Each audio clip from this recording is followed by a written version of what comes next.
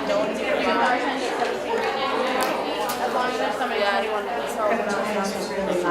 there it is. Good evening. My name is Wendy Malenfant. I'm a professor in the education department here at UMPI, and I'm so excited that you're all here tonight.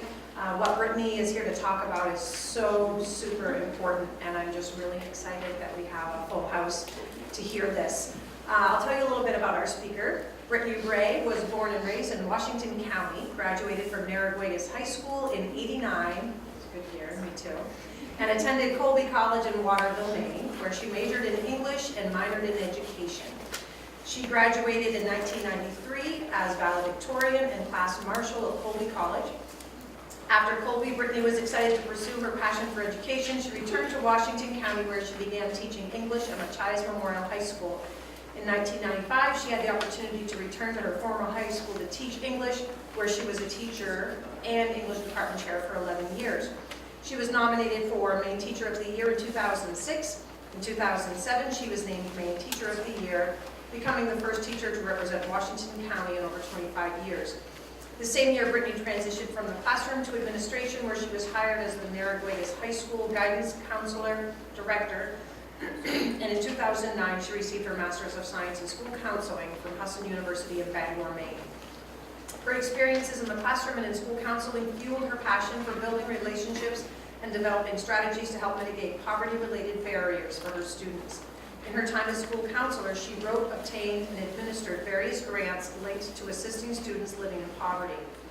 In January of 2016, she heard about an exciting new initiative called TREE, Transforming Rural Education, Experience in Education. She'll tell you a little more about that. She knew this initiative could be the key to helping those students experiencing the most adversity. She's now the director of TREE, a division of the Comstock Community Learning Center, and TREE seeks to support schools and teachers in better understanding the impact of toxic stress on children and how adverse childhood experiences impact learning and behavior. So we're super excited that Brittany has agreed to be our DLS speaker. Distinguished Lecture Series is something we've been offering for many years now at the university. We've had more than 100 speakers. We open it up to the community. We've had everything from astronauts to poets, everything in between. We're really excited about Brittany being with us, and when we contacted her, because we knew this was really important for our community to have an awareness of, we said, what is your fee? And she said, well, what can you afford? She's really passionate about this, and she was willing to work with us without knowing what we had to offer. She's just really passionate about getting this information out, and especially to rural areas where this is really a big impact. So we're super excited that she's here. She's been working all day with educators in the area. She's going to be working all day tomorrow for very little pay, if I must say. She's really stepping up for our community. So I'd like to offer a warm welcome to Brittany Ray.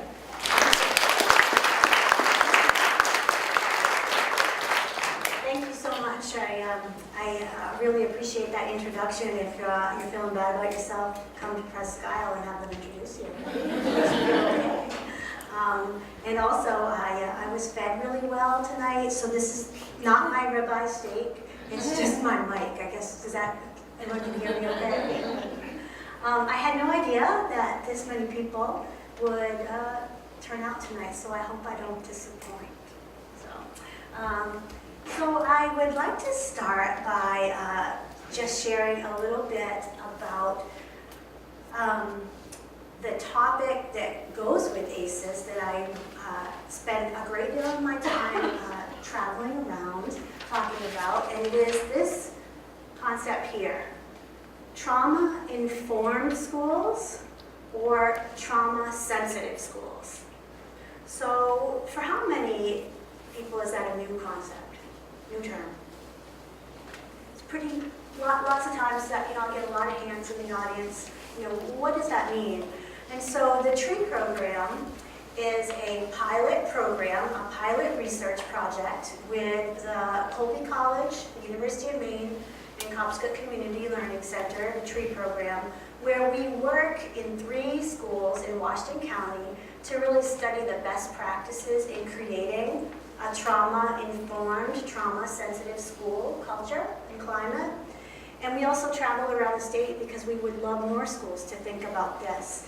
But when you think about those words and you hear those words, like what kind of image comes to mind? Like, weird, right? Like, what is that? Like, Awareness.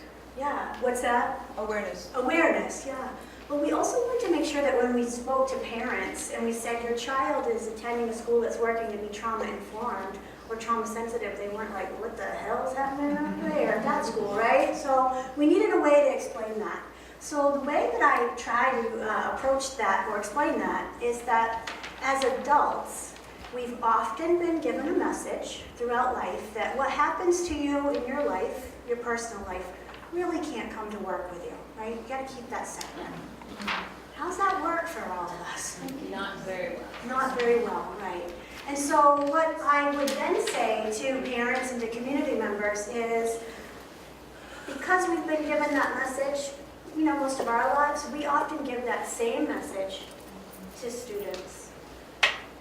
That, you know, well, you're in school now, you gotta hold it together, right? You gotta remember where you are. We're not gonna bring that stuff into the school.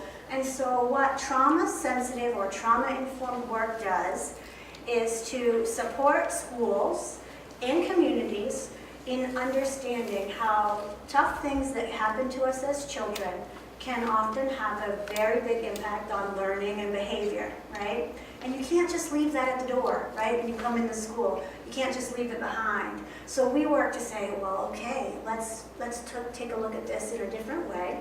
And let's think about how schools and communities can meet people where they're at and really support them in becoming stronger, healthier, and actually developing resilience. But you don't develop resilience by yourself, right? We have individuals that will claim that we need to pull ourselves up by the bootstraps, right?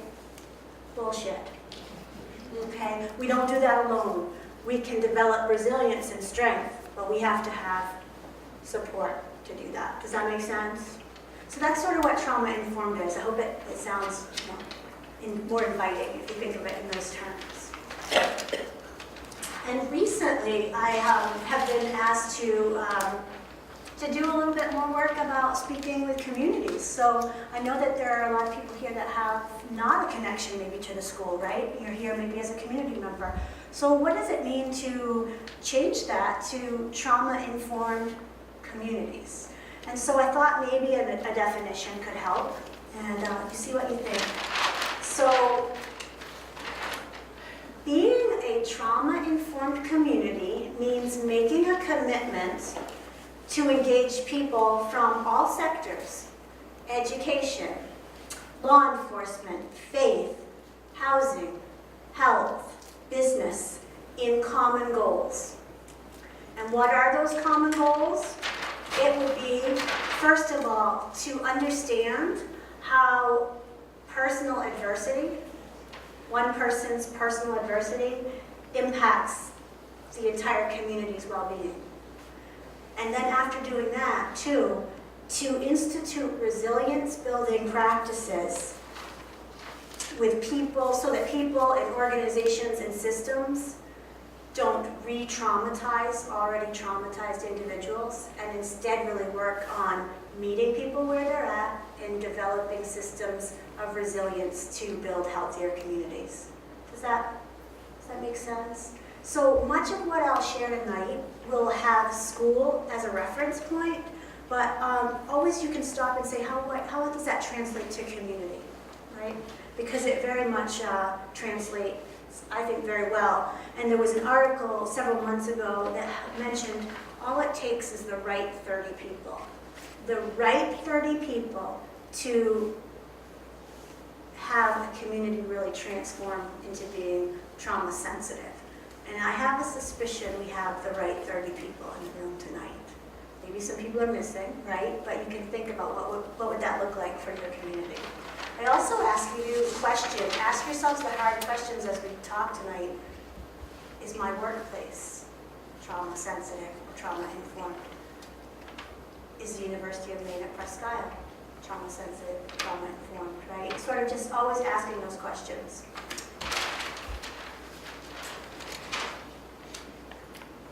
So much of what we talk about tonight is, there's sadness in some of that, right? There's a sadness, there's some tough stuff that we're going to be talking about, but believe me, I wouldn't be here sharing with you if it were all about sadness. It's understanding some of that tough stuff and the brain science that actually gives us a whole lot of hope. So I really want you to leave here tonight with hope. So it seems wise to start with sort of a theme song. Okay, I love song. I have a terrible voice, but I love songs. So I'm going to play a song. If you like that song and you've ever used it as a way to like kind of keep you going or pepped up, I'm going to look and see who's singing, and then I'll know I picked sort of the right song. Sound okay? All right, let's see how this goes.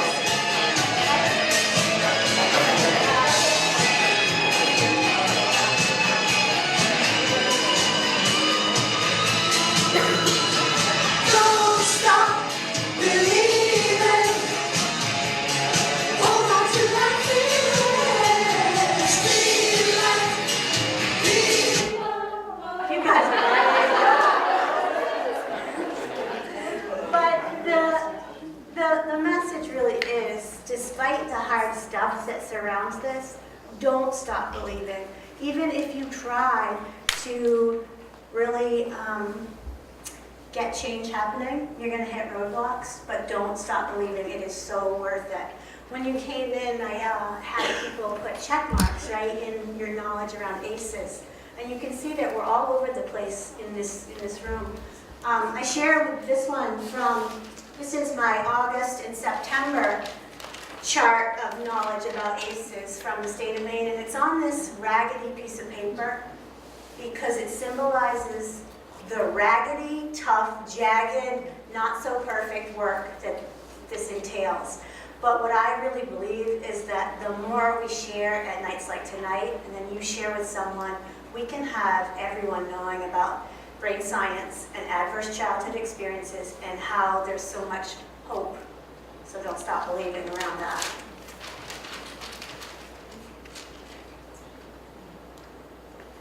So I don't do a ton of nighttime presentations. Most of the time when I'm first presenting with schools, it's 3 to 5. Teachers look like hell when they come in at that time of day, right? I know I have to be pretty good to keep them even awake, right? I gotta figure this out. So I like to share a couple of things. Even though I'm not a Star Trek fan, I grew up in a home with a dad who loved Star Trek, and I would leave the room when the guy said, "To boldly go, where no man had gone before." I now know that guy was Captain Kirk, right, or something like that, right, yeah. But I really believe that this is a place where we haven't gone in education and in communities, and it's a time to go boldly in that direction. And the other thing that I like to share with, especially with teachers, but it could apply to anyone, is often teachers feel like there's already so much on their plates, right? I can't do one more thing. And it makes you go, you know, what's this lady coming, trying to drive some other thing down our throat? And what I like to say is, no. Really, believe it or not, an effort in this will actually make the other things that are on your plate that much easier. I'll give a quick example. In one of our schools, we struggled with test scores. But after only 6 months of working to have a trauma-informed, trauma-sensitive school, test scores went up significantly. And not because of test-taking strategies and not teaching to the test. It was an understanding of brain science, childhood adversity, and what we need to really feel like we belong and matter. So that's one example. And then the other thing I'd like to share, do we have any school board members in the room tonight? No? Okay. So this is not targeted toward you, okay? Well, I hope not. No, but typically when I present to school boards, there's always one asshole on the school board. I know that's not you. I could tell, just one, right? So what I wanted to do is I wanted to share what that question is that one person always asks, and I want to give you an answer that you might use if you get that same question. So the question is, well, this sounds good and all, but aren't you giving a lot of attention to just those kids that have experienced trauma? What about all their kids that haven't experienced trauma? What are you doing for them? You know why I called them that name, right? So here's the answer I'm hoping would work for individuals, because I have found it to work. You can nod your heads if it makes sense to you. If it's not your child who has experienced trauma and struggles in school, it is the child sitting next to your child. Not every student has a significant trauma history, but the needs of that child that does can define the success of an entire classroom. And I often see eyes saying, yeah. And I would suggest that we could take the word school and actually replace it with community, right? That same feeling. So that's sort of what I wanted to give in that, in case you get that same sort of question. So I'm from Washington County, and before we started to create this model to support schools, we did a lot of focus groups so that the model was responding to what the community said. But I also, even though I'd grown up in Washington County, I wanted to make sure that I had certain things in my mind as we were thinking about this support system. And so these are Washington County statistics, but I ask you to think about Presque Isle, your own communities. So 1 in 4 children live in poverty in Washington County. I actually was surprised that wasn't higher, because my schools that I'm working in, it's more like 3 out of 5. Okay? Here, yeah. Our rates of addiction and drug overdose are sharply higher in Washington County than other counties, but I know you're dealing with it too, right? I have one school where in the 3rd grade classroom there are 17 students, and 4 students have lost a parent to heroin overdose. Does that define the success of an entire classroom if we don't provide the right supports, right? Washington County has the lowest life expectancy for men in Maine and a declining life expectancy for women. We're one of 11 counties east of the Mississippi with a declining life expectancy for women. And finally, Washington County is home to 2 Passamaquoddy reservations.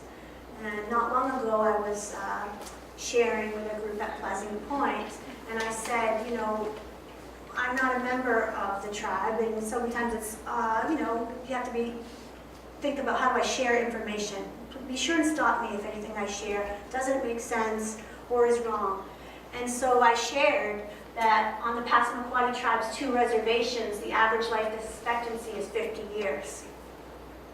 And they shook their heads. There have been new studies done. The number was 48. So my thinking is, you might be asking yourselves, why? Like, what's that all about, right? And my thinking is that everyone will leave here tonight with those answers. That's sort of, you'll have a sense of why, but also the hope that can respond to that. So the way the TREE program came to be is that there was Dr. Pam Cantor in New York City, and after 9/11, she was asked to take a look at the schools around Ground Zero and assess sort of what was impacting learning and behavior in those schools. And she did that, and what she found was that though you think of the national tragedy of 9/11, what really was impacting learning and behavior was living in day-to-day tough circumstances where you go to bed really stressed and you wake up really stressed. Having a parent with a mental illness, sexual abuse, homelessness, right? Those are the things that were really impacting behavior and learning. And from that, she decided to found an organization called Turnaround for Children. And you can follow Turnaround for Children if you ever are interested on Facebook. They have lots of great information. So she developed Turnaround to support schools to better understand brain science and childhood adversity. It just so happens Pam Cantor's brother is Dr. Richard Ackerman, a professor of education at University of Maine. Some of you may know him, right? Well, brothers and sisters get together and they talk about their work. And it was sort of like New York City, rural Maine, is there anything in common? Right? Adversity doesn't know boundaries of states or urban or rural, right? So they got talking, and so Turnaround is the inspiration for TREE, but we recognized we would use much of the knowledge they've gained in terms of brain science, but it would have to be a different model in a rural location, which we've done. But this statement by Pam Cantor had me just changed. So what I found is every day I was working with really amazing students. They were creative, they were imaginative, they were go-getters, they were humorous. They had it all going for them in so many ways. But when I would think back on the day, watch them leave the classroom or leave my school counseling office, I would let it creep into my head, do they really have what it takes to beat all the odds that are stacked against them? How many of you felt that way about someone? Right? And this changed that for me, because she said, instead of asking children to beat the odds, we can use this knowledge of brain science, to change the odds for many children.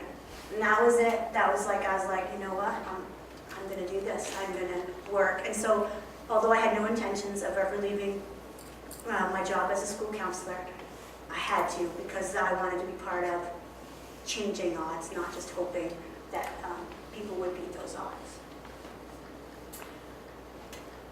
So there's this one school, I won't name them because I think I'm being videotaped, right? Okay, I better not do that. So there's this one school in the southern part of the state, rhymes with, no, I won't do it like that. And they called and they said, hey, we would love to have you come and talk to folks in our school about the work you're doing around ACEs and childhood adversity, because we're pretty sure that we have 2 or 3 kids who've experienced trauma. My word, they needed me more than I ever knew, right? So, but it was a great eye-opener that, how oftentimes people don't recognize how common trauma is. So that led us, and this isn't a fancy chart, but if you have, I'll put it somewhere if you want to take a picture of it later on, to just creating like as big of a list as we could about possible experiences that could be considered trauma. Okay? And when you look at this, it's easier to see how common trauma can be, right? And if you see something on this later on, maybe Wendy, I'll have you hang it up, people can take a picture that you think is missing, add it to the list for me. Because I want to make sure that people have a wide understanding of what could be considered childhood trauma. But that leads us to the definition of trauma. And so what we like to use is this definition here that says trauma is an exceptional experience in which powerful and dangerous events overwhelm a person's capacity to cope. Okay. And the key feature there is it overwhelms a person's capacity to cope. That makes it very individual, right? What overwhelms one person might not overwhelm another person. So the reason these are possible, right, examples, is that there are situations on here that might not overwhelm a person's capacity to cope. But usually there's a single thing that determines whether a person is overwhelmed or not. And that is the relational supports they have in their lives, okay? So when you hear people saying things like, in a down east accent, they say, I just wish people would be tougher, right? Ask them to say more. And people aren't tougher alone. It takes relationships and support. So that's the key feature. I ask you to keep in mind families that you may know where everyone in the family has experienced the same childhood trauma, but one or two do okay and one or two aren't. Why? And I believe the key goes back to the relationship supports. You can very much live in the same family, but have different systems of support, right? And that can be a defining feature.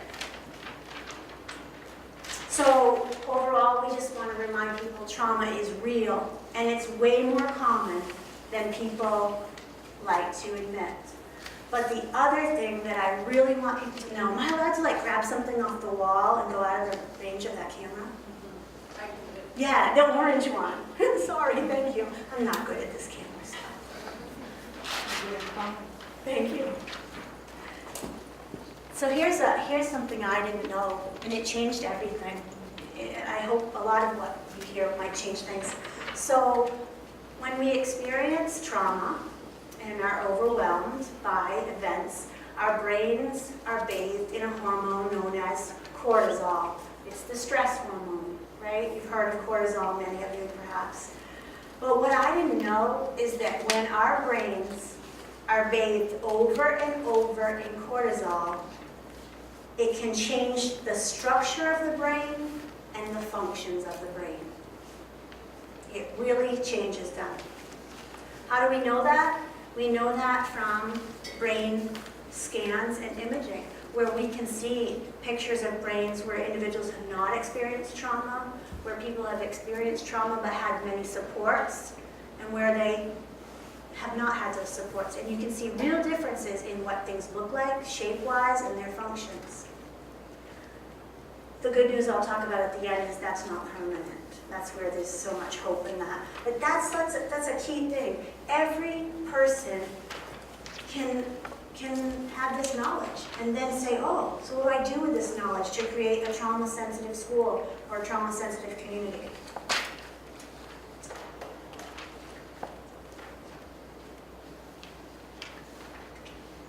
Years ago, at my pediatric clinic in San Francisco, teachers, social workers, and parents were bringing me child after child with concerns of ADHD.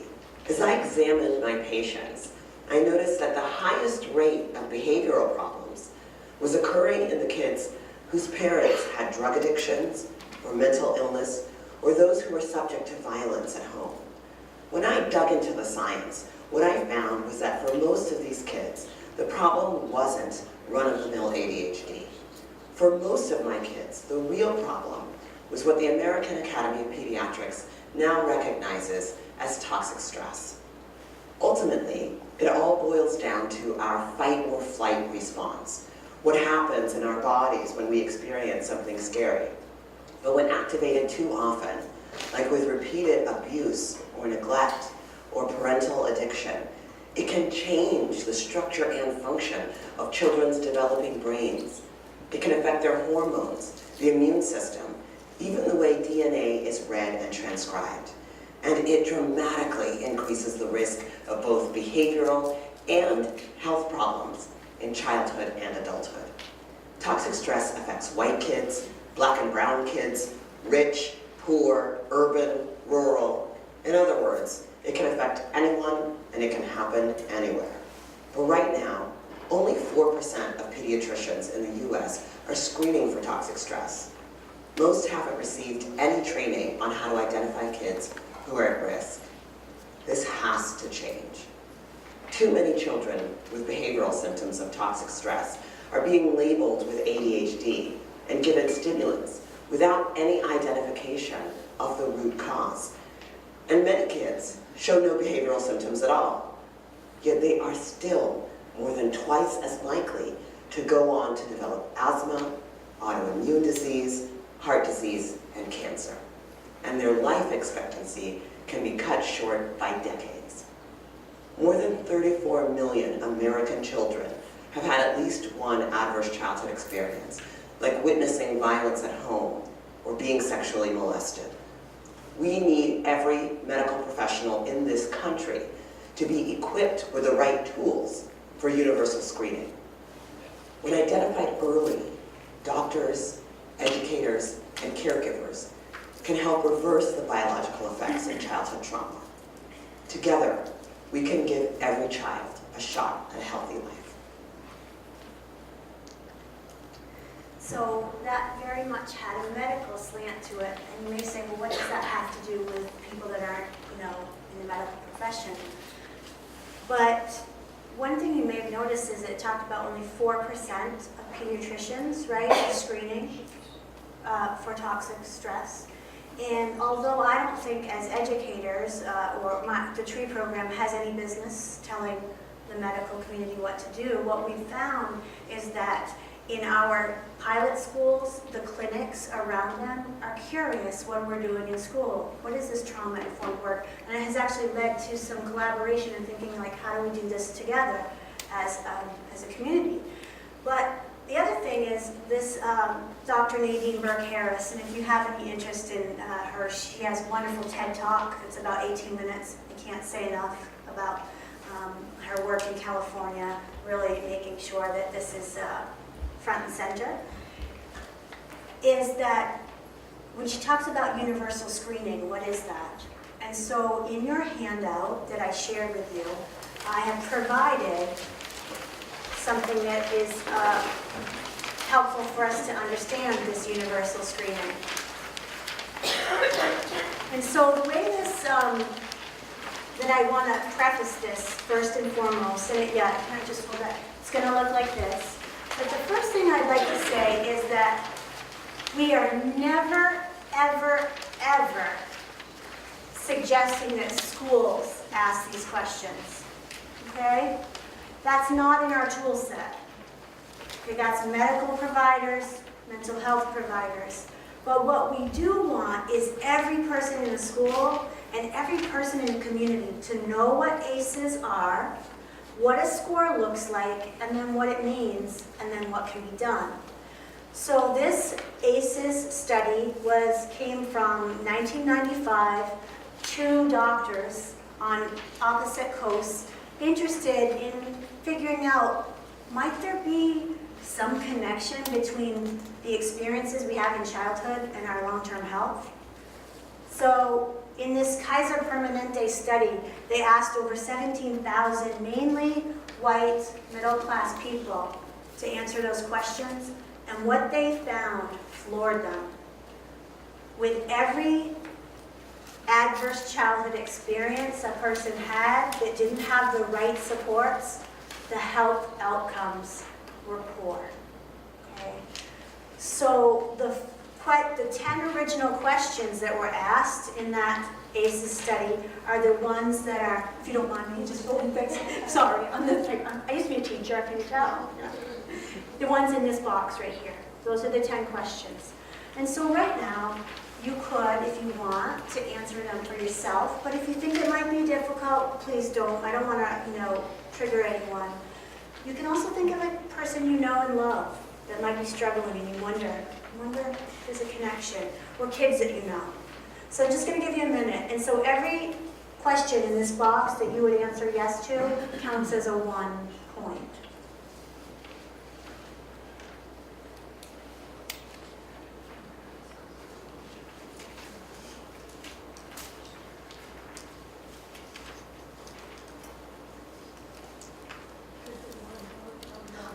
any more left?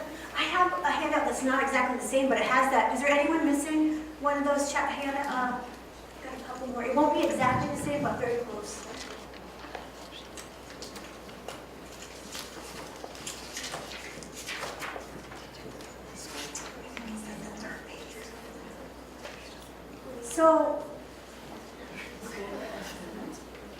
So then, an ACE score is usually referred to as between a 0 and a 10, right? Because there were these 10 questions.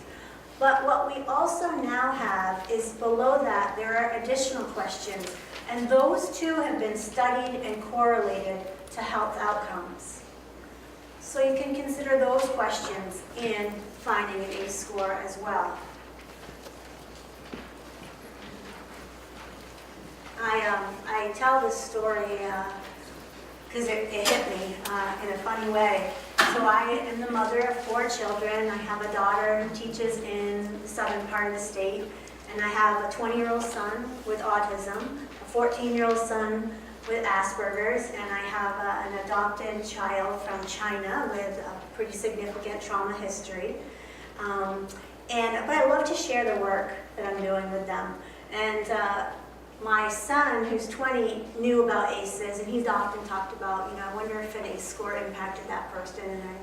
So when I shared this new set of questions with him, the next night he said, can we talk about that ACEs questionnaire? I said, sure. He goes, I want you and Dad to know you missed the boat. I said, well, what did we miss the boat on? And he said, you always said that I wasn't bullied because of my disability. You missed it. But I had pretty good supports. I guess I'm okay, so that was good. The next night, way after midnight, he knocks on the bedroom door. I'm like, Jesus, why did I ever share this with him, right? Because he wants to talk about it again.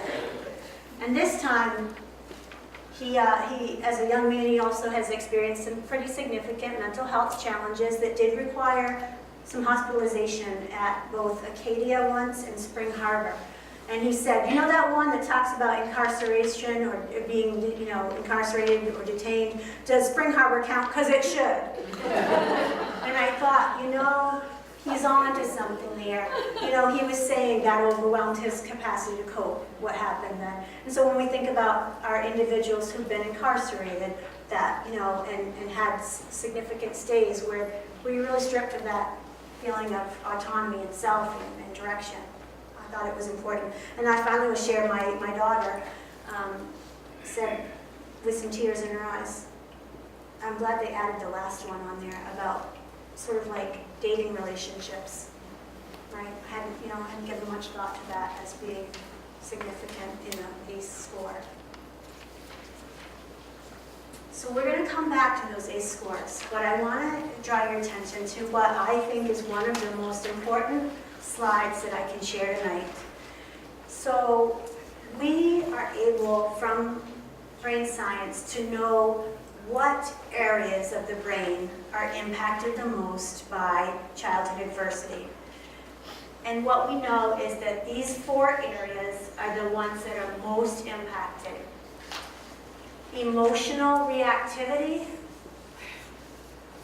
the ability to form relationships, the ability to self-regulate when more stress comes our way, and learning and memory, especially reading.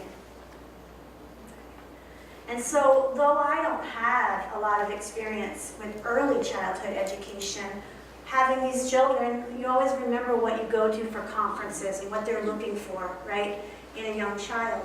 And when you think about what it must be like to be sitting in a kindergarten, first grade classroom, doing your very best, which your brain is working differently because of childhood adversity. Can you imagine? Gives you that sinking feeling, right? This is what we're looking for, right? Isn't this what we're looking for in students? It helped me, I love this work, can you tell? So the other thing that is super important to know about these 4 things that are most impacted is that they don't just get better with time, okay? That was a real eye-opener for me with our youngest who was asked to repeat kindergarten. I didn't know about this, and her dad, and I'm like, of course, she needs more time. But all the time in the world without the right interventions won't make a difference. And so apply that same thinking to, you can be in 5th grade, right? You can be in 8th grade, in high school. And these don't just get better without the right supports and the right interventions. Now, here's you gotta do an honesty check on this one, okay? How many of you have thought about some parents in the community and you thought, what the hell is wrong with them?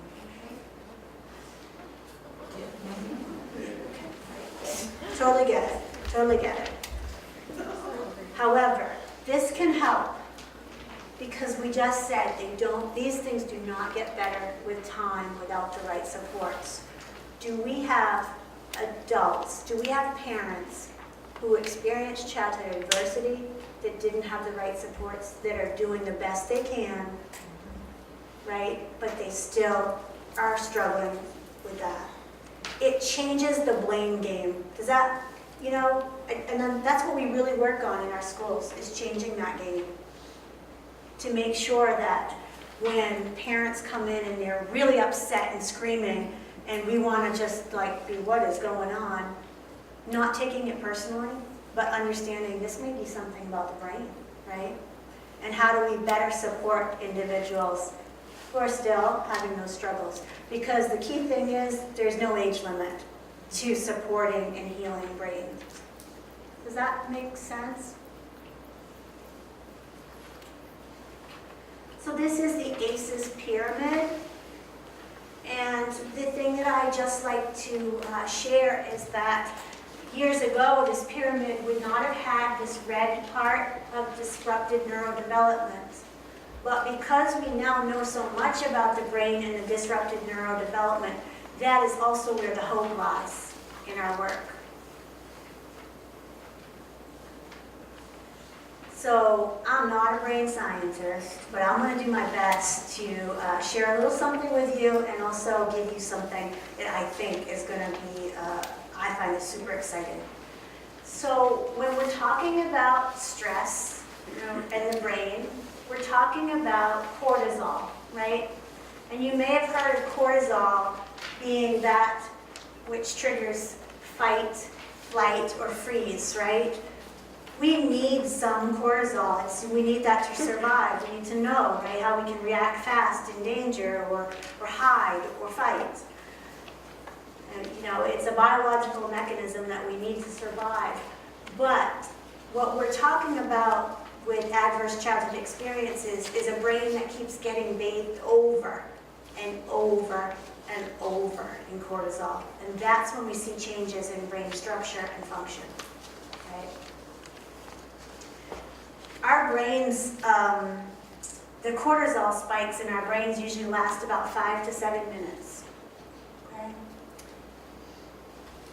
But what's really interesting is that after a cortisol spike, our brains do not return to the best state of learning for 72 hours.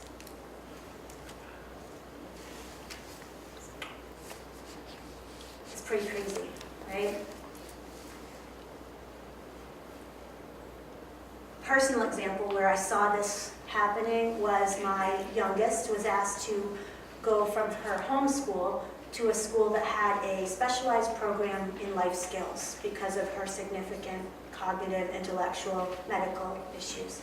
Again, I didn't know this at the time, and I thought, yeah, I think that's what she needs. But with some cuts, budget-wise, the life skills program and the behavioral program were combined. And so this is a child who experienced a lot of violence as an infant. And when she would witness explosions, it was re-triggering her cortisol, right? Like the stress. And so I couldn't figure out how I know she wasn't reading and writing, but she had some phonics ability, and she lost that, and she could no longer count, and she pulled out all of her hair, and she didn't sleep at night. Finally, someone said, Brittany, you're doing the work. I didn't know exactly what I was doing. Those cortisol spikes over and over were never letting her get back to that state of learning. So even though she now is back in a school that doesn't have the same like intensive supports, she's got her hair back, she's sleeping, she's sounding out words like tree and pilots and things like that. So it was, I could see that whole cortisol spike thing in action. All right, now here's, ready for something big? All right, this is the big stuff. So, how many of you have heard of a hormone called oxytocin? So, like, it's the word, you know, when I was an English teacher, it's the vocab word of the day. This is the one to remember. So this is a big deal. Okay. So first off, interestingly enough, the same receptors in the brain that are impacted by cortisol are the exact same receptors impacted by oxytocin, which is often referred to as the trust hormone or the love hormone. If you were to measure a woman's oxytocin levels after giving birth and holding an infant, high, right? Breastfeeding, high. Two people making love, high, right? Cortisol happens without the need for a person. Oxytocin happens in partnership with someone else. You can't do it alone. It's stronger than cortisol. And the two key features that are game changers is that oxytocin production has the ability to erase some of what has been damaged by cortisol. We also have the ability to store oxytocin, okay, so that when we encounter new stress, we're better able to do so. So I have this wonderful research team with researchers from Colby and UMaine, and they write the articles. But I've got a new idea for an article, and it's called Ripping Down the Banners. Because I keep going to these schools that have these wonderful visions and mission statements on banners. We got to rip them down, and we just need to put posters up that say, are you producing cortisol? Or are you producing oxytocin? Because nothing on a banner about your mission and vision can be accomplished when people are in a state of stress. It can only happen if we get to the oxytocin, and only then. So when you see that article that comes out with other people's names called Ripping Down Banners, please remember my name behind it, okay? Do you see how this changes everything? Oh, okay. So I've got to share this story because I hope it will make sense for you. So because I'm not often in the classroom, I'm doing this. My coaches, who we have full-time trauma-informed coaches working side-by-side teachers in the classroom, we feel that's very much a part of our model that is successful. But I wasn't sure I was able to practice this enough with teachers, so I decided to do it as a parent. And I journaled about my parenting skills during November. They weren't too hard, okay? But I had a chance to totally figure it out in December. Under my youngest child's bed, I found 8 containers of yogurt in various stages of decay. And in my years before knowing about oxytocin, I would have said, her name is Ting, Ting, get the hell in here and tell me what is going on, right? I would have yelled. That's what I would have done. But because I knew about this, I knew that me yelling was going to do what? Cortisol, right? So I said, all right, I got this, right? Hey, Tiggy, come on in. Mama wants to talk to you about that yogurt under the bed. I'm worried the kitties are going to eat it and get sick. No cortisol? She goes, oh, I was afraid we were going to run out of food. In my old days, if she had said that, I would have said, don't be so damn foolish. We've got more food, right? But that would have negated her true feelings with a history of food insecurity. And I said, all right, how am I going to do this oxytocin thing? And I said, that must be pretty scary. I'm sorry you feel that way. Do you have any idea what we could do that would make you not feel that way? And she goes, we could put snacks in my undie drawer. Pretty smart stuff, right? We put those undies in the closet in a bin, and she's got applesauce and animal crackers in the undie drawer.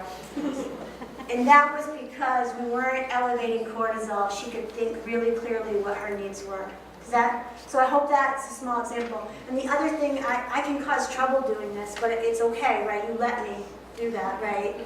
All right, ready?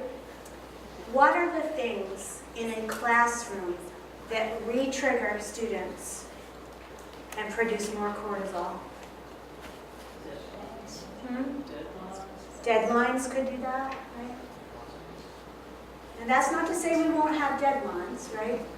But one of the things that we can change is yelling, right? How many of you can think of an individual who's a screamer in the school? Right? Now, this is, I get to do this because, what are they going to do if I say it? We would not let individuals slap our children.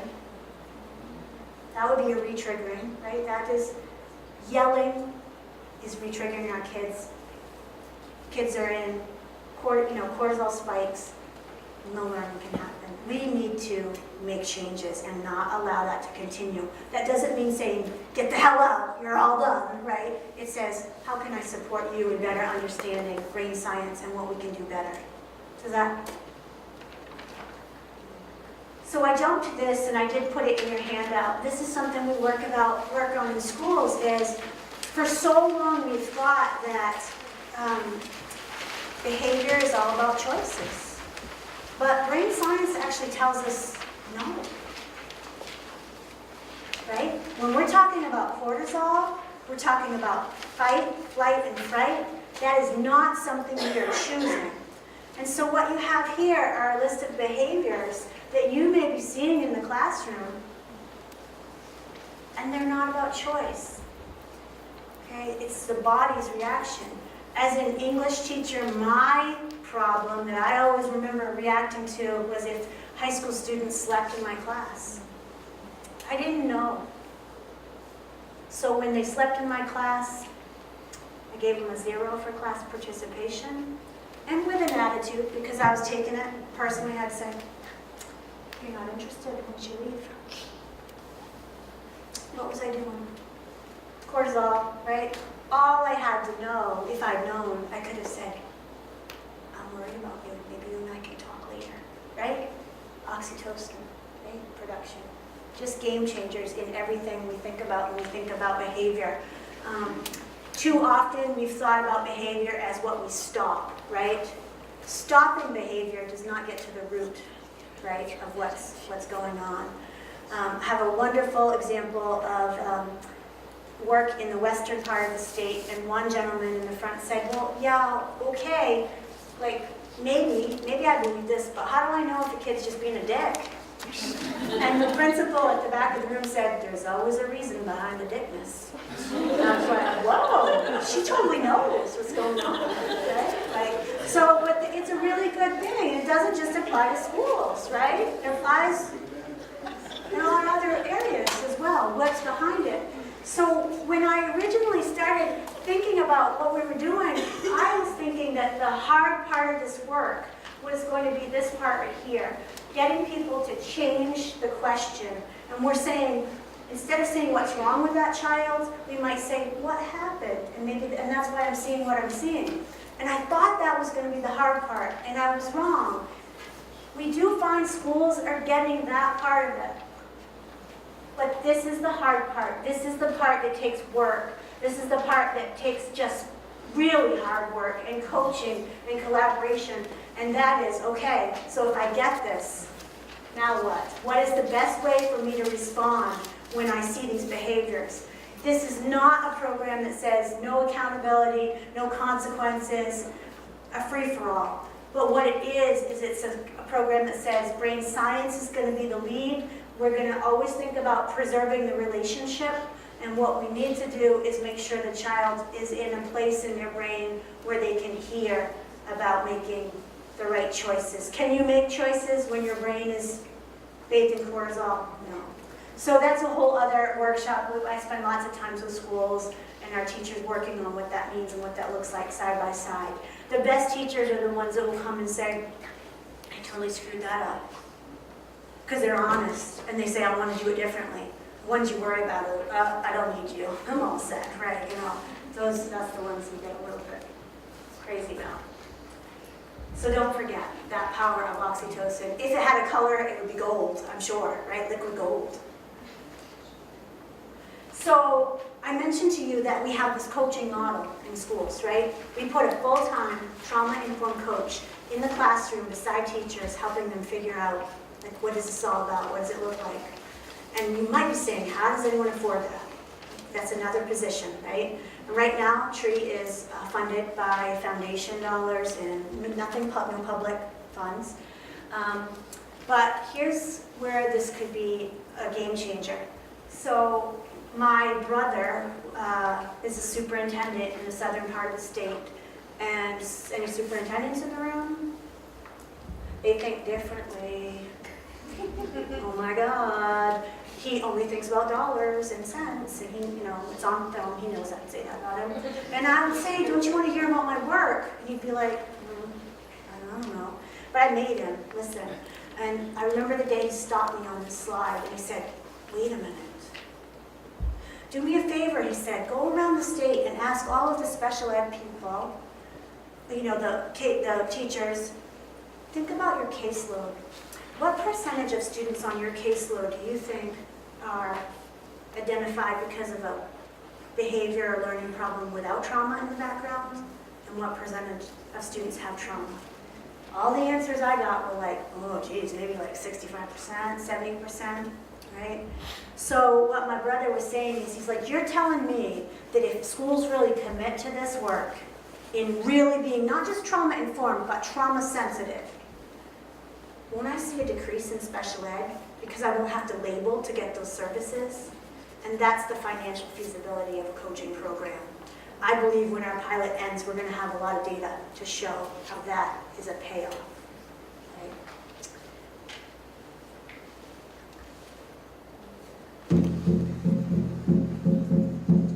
We all like to think of childhood as this time of joy and innocence. But, I mean, for many of us, it's just not true. When you grow up in these type of situations, it's not something you talk about. I know I did.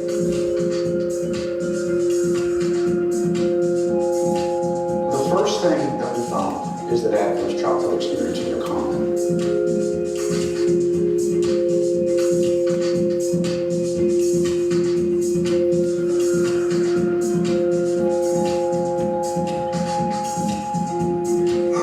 Kids are young, they don't know what's going on, they won't remember anyway. Well, the child may not remember, but the body remembers. There was this incredible gee whiz effect. You mean adverse childhood experiences cause heart disease and lung disease and liver and cancer? Exposure to trauma affects children's developing brains.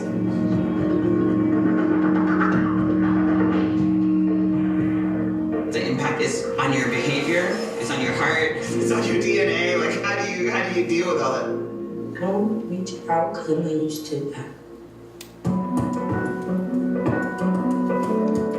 We have a whole new body of knowledge now that could open up what we have up till now been seen as intractable, unsolvable problems. No child should be punched or kicked. If you can get the science into the hands of the general population, they will invent very wise actions. Do you feel like any of the interventions have been making a difference? They made all the difference in the world. It's there, it's possible. And a defeatist attitude is completely disconnected from what 21st century science is telling us. And we should be going after them like a bear.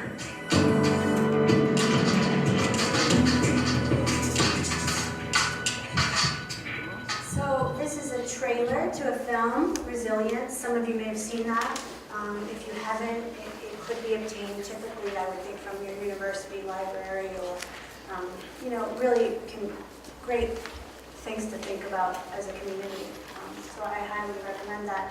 But what I really like is they're saying, putting this knowledge into the hands of the everyday person. That's you, that's me, that's all of us here. And together we can make those changes. Now, when we go back to that ACE score, right? We're talking about those ACEs score. Let's just think about that for a minute. I mentioned to you that usually we refer to an ACE score between 0 and 10. I have had people say I'm a 10 plus because those, 2/3 of the population has an ACE score of at least 1. And ACEs don't usually occur alone. If you have a 1, there's an 87% chance that you'll have 2 or more. Each type of trauma counts as 1, no matter how many times it occurs. You can think of an ACE score as a cholesterol score for childhood trauma. For example, people with an ACE score of 4 are twice as likely to be smokers and 7 times more likely to be alcoholic. Why? Because drinking and smoking are coping mechanisms when we don't have other supports, right? Okay, it gets crazier. I like that ringtone. Having an ACE score of 4 or more increases the risk of emphysema or chronic bronchitis by nearly 400% and suicide by 1,200%.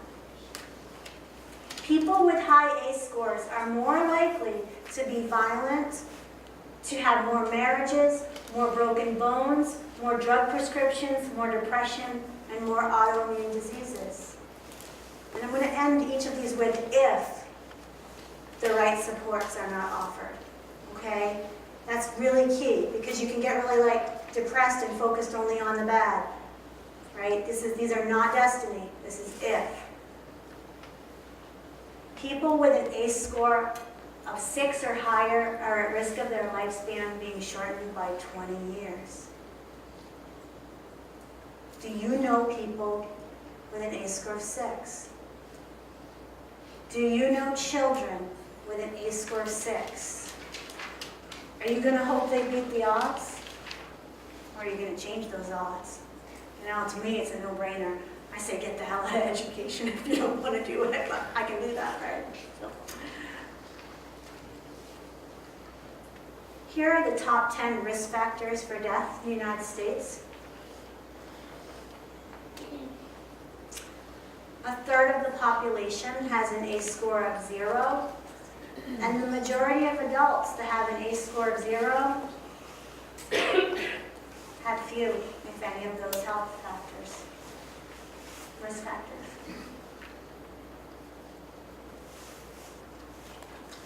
If we take a look at some numbers and some graphs that might help sort of indicate what we're talking about, we'll use the score of 4.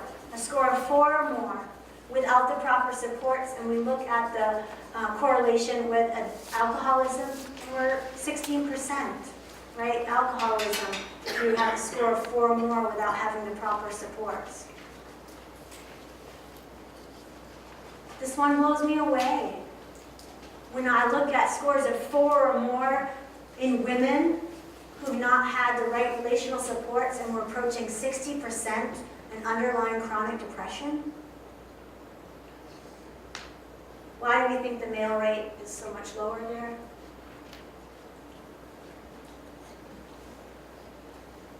My thought is probably self-reporting. It's not as socially acceptable for men, right, to maybe report that. How could I have been a school counselor and not have known this? When we're talking scores of 4 or more, the percentage attempting suicide without the right supports of a 4 or more, 20%. I mean, wow.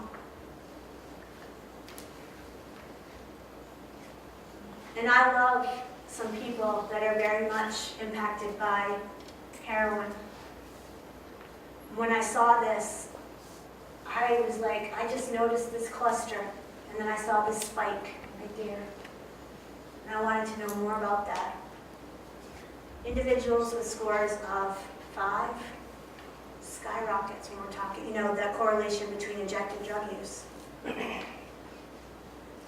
that often is not talked about in the recovery part of things, and it needs to be. When we talk about the business sector, we talk about absenteeism and financial problems and job problems, again, very much correlated, the number of ACEs to those problems if we have not had the right relational supports. If we're talking about schools, okay, we're just talking about academics, students with 3 or more ACEs are 2.5 times more likely to fail a grade, to score lower on standardized tests, have language difficulties. They're the students that are suspended and expelled and kept in for recess and given detentions more than others. What's that doing? Raising cortisol. They're designated to special ed more frequently, and they have poorer health and miss more days of school. I didn't know back in the day, and I used to think that absenteeism all the time was a sign of laziness or not wanting to be there, just having better things to do. Boy, now that I know, look behind the absenteeism. What is really behind that? So ACEs often do last a lifetime, but they don't have to. Every single person in this room has the ability to change another person's life with this knowledge. Like, I know it's obnoxious of me to say, but this should change you. This should change, this makes you want to do something different, right? Because we all have the power to really help with the healing of ourselves and other people. When I speak with principals or superintendents and they want to talk to me about MEA scores, oh my word. What's more important, MEA scores or knowing what an ACE score is and then what we can do to really be a mitigating factor in poor health outcomes?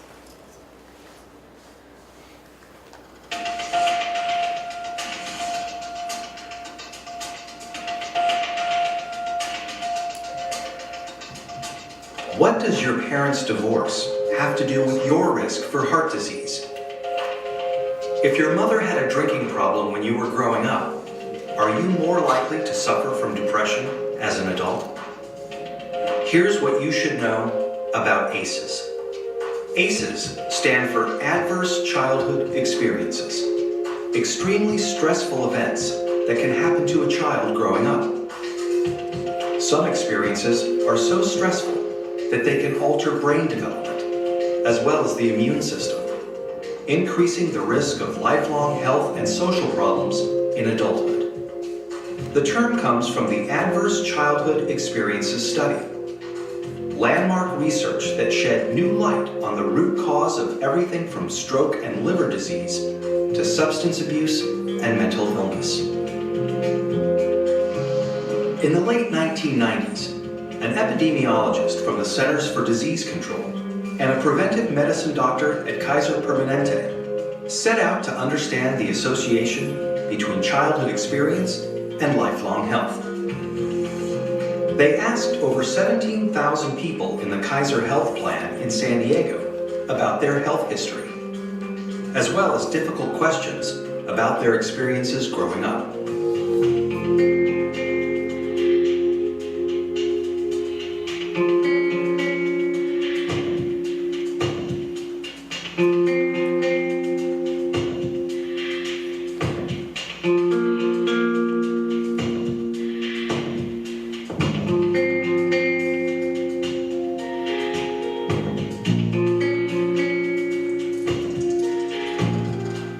Anda and Felitti tallied up 10 different kinds of adversity in this largely middle-class and college-educated population.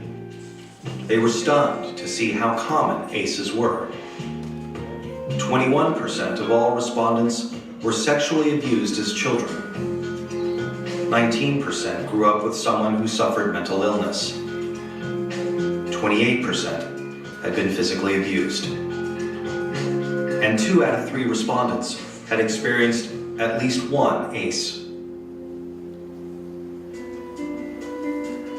The researchers next looked at how someone's ACE score, or the number of adversities they experienced, related to a wide array of serious health and social problems. They saw that the more ACEs someone had, the greater their risk for poor outcomes compared with someone with no ACEs. Someone with an ACE score of 4 had twice the risk of heart disease and cancer. Someone with an ACE score of 5 had an 8 times greater chance of being an alcoholic. And those with an ACE score of 6 or more, on average, died 20 years earlier. With every major problem they looked at in the ACE study, the risk went up for each additional adverse experience in childhood.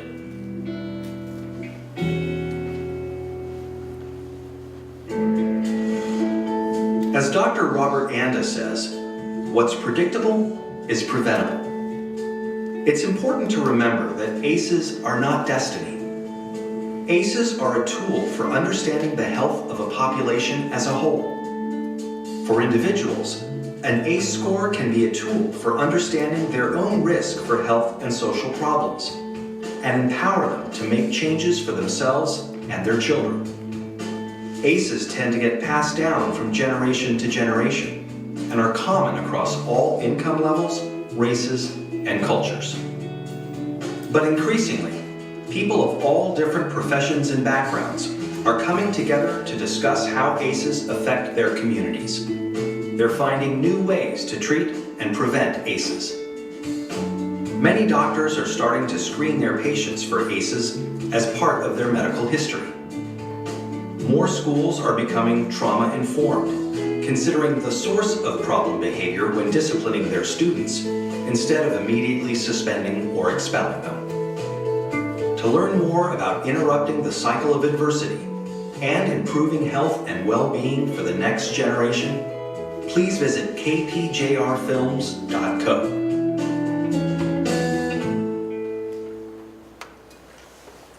So I ask, are ACEs important to better understand and support you in your school, in your community? Will this knowledge of ACEs change you? And where will you encounter ACEs? I ask often in schools for teachers to think about how much airtime this has been given in their professional development. And the answer is rarely any time at all. I ask people to start thinking about their class lists and, what are the, just based on what you know, not asking questions, what are the ACE scores you know about? And how can you shift your approach to working with vulnerable students? And we started with a song, right? Don't Stop Believing. It might be appropriate to end with a song, right? I don't have the lyrics, so either sing it if you know it, or listen to the lyrics and think about how it could fit this work of becoming trauma sensitive.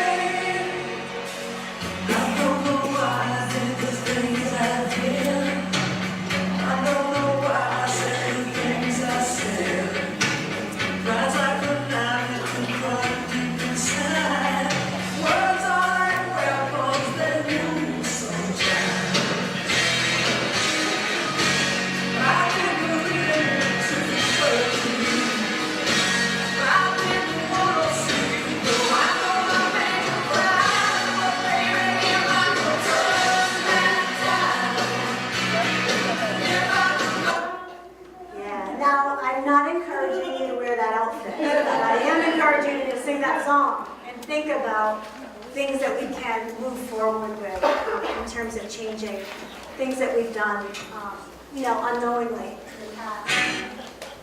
And if you're interested in more on your own to think about, I highly recommend Paper Tigers. It's the story of a high school in Walla Walla, Washington, one of the first to become trauma-informed. I was able to take the principal that you see in this out for a few drinks and ask all the strategies that he could share with me. And one of the things that I realized was how powerful hiring strategies are when we're hiring teachers, and how much time we've spent on thinking about content and not enough on scenarios. And what would you do in this situation? And I learned a great deal from him in spending time about that, but that's a great video. If you're interested in learning more about ACEs for yourself and like impact on, the body keeps the score, I highly recommend. And I also recommend this for classroom teachers, education, people in education, Fostering Resilient Learners, Strategies for Creating Trauma-Sensitive Classrooms. TREE also has a website if you'd like to, I think I put the information if you'd like to read more about what we do.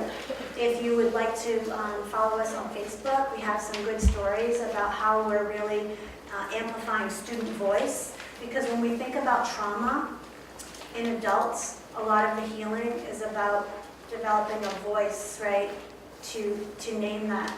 And so many of our kids who've experienced trauma have had life happen to them.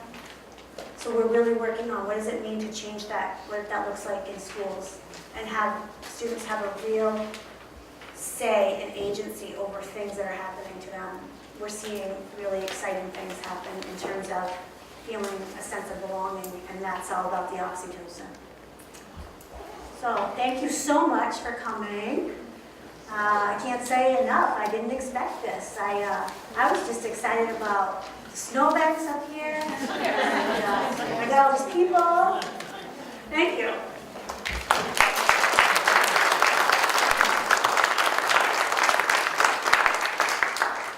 In between her workshop this afternoon and before we had dinner, she really wanted to just get some pictures of snowbanks to show her friends, because they just got, 14 inches of snow, which is significant even for us, but then she came here and she's like, oh, never mind. So we drove up a little ways up the Caribou Road just so she could take some video of the banks as we went by. So a couple of things. Paper Tigers we're actually showing here as part of our Salamagundi, am I saying that right? Film series on April 23rd. We are actually showing a screening of Paper Tigers, and we encourage you to come out. It also talks about ACEs and kind of an inner city school and what they are doing to try to kind of mitigate some of that and how they're interacting differently with their students based on what they know about ACEs. So again, we really encourage you to come on out for that. It's at 6 p.m. right here on April 23rd. Also, all of the education students that are here, it's awesome to see so many of you here. Tomorrow morning, from 9 until probably 10:30-ish, maybe 11, Brittany's going to be speaking just to our education students. She's going to share a little bit of what we talked about here tonight, just to kind of bring everybody up to speed, and then she's going to talk a little more specifically about what you can look, how you can look to influence your future classrooms with this knowledge. And then also, any local teachers in the room, it's not too late, although your principal might say it's too late to get a sub.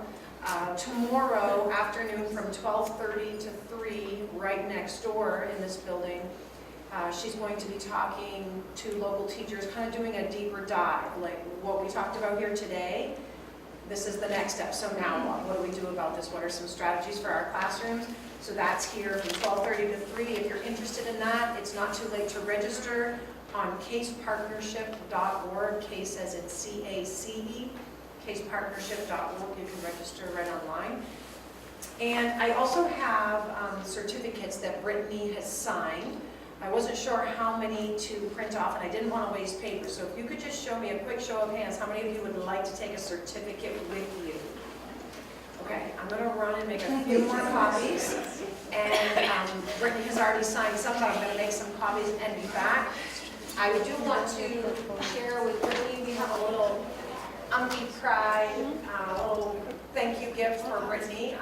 So I'm going to give this to her, and as I give this to her, does anyone have any questions for Brittany before we leave while she's here? We have her Are there any questions that you just kind of want to shout out, or maybe people want to talk to her privately after? Are there any? Do you know of any doctors in the area that are trained with toxic stress pediatricians? So I'm not familiar with the doctors here in this area. I certainly know some down in Washington County. And then I could get you the name of the pediatrician and the nurse practitioner in the southern part of the state that said that their clinic had received a grant specifically to really focus on that area. So one of our pediatricians travels to the Chias in that area. Would he, was Dr. Morningstar being one of those? That's not one that comes to mind, but that doesn't mean he doesn't. Does that? Is there a list somewhere to? Not that I know of, but I encourage you to start asking. There's no reason you can't just call up and say, hey, do you screen for, for ACEs? They say, go, what? Probably they don't, right? Right? But, In Vancouver, we're starting a community educational action group composed of all segments of the community, particularly those who have undergone ACEs. My question is this video available to show to a group like that? With the video. Video of this particular conference, This- or anything of this sort, yeah. We have videotaped this talk tonight, and that is available through UMPI and the UMPI website. I do know that our ACAP, Aroostook County Action Program, if you contact them and you want to do a showing of Paper Tigers, the film. We own that up there. Oh, okay. Well, then there's, that's another option. That's great. So it's on your website? This will be, not yet. It takes a little time for them to get it all. Superb, thank you. Yes. I also, the resilience is worth, We have that as you've got it, right. So As a matter of fact, we've shown it a couple of times. It's a small community. We've got about 50 people who have seen it and are interested in working this. It's starting to move. Our town manager really took it and said, we're getting these films, keep You are- how going, awesome. and this man has been the head of getting it further into the community. Thank you. So the community is actually putting what is going with it, and the medical professionals and the school people are kind of trying to, you're doing what? I want to know more. So Some of them do. rather than just hitting the schools and saying, you got to do this, you got to do this. It's So- going the other way. A couple of things I can offer to you if you're interested is, I don't know if you can get to Washington County next week. But next Thursday, we have an individual coming, and she has a blog you could look at. It's called Hear This Now, and she works with schools, and she's going to be coming and talking about the regulated classroom. But really what that is about self-regulation, and it's something called the polyvagal theory. Okay, and she really, it's a change, it helps change us think about. So I invite you to that. I also will invite you to other things that we're having. So maybe someone can come and, share. Do you do webinars? I don't. Not yet. But not yet, but maybe. Which town? So this, and I have a lodge. If you wanted to stay, you could stay. I don't have a lodge, but like it's in Lubec. Lubec. It's called the Cobscoat Community Learning Center. And if you email me and you would like to come, I open that up to individuals. That's next Thursday from 9 to 4.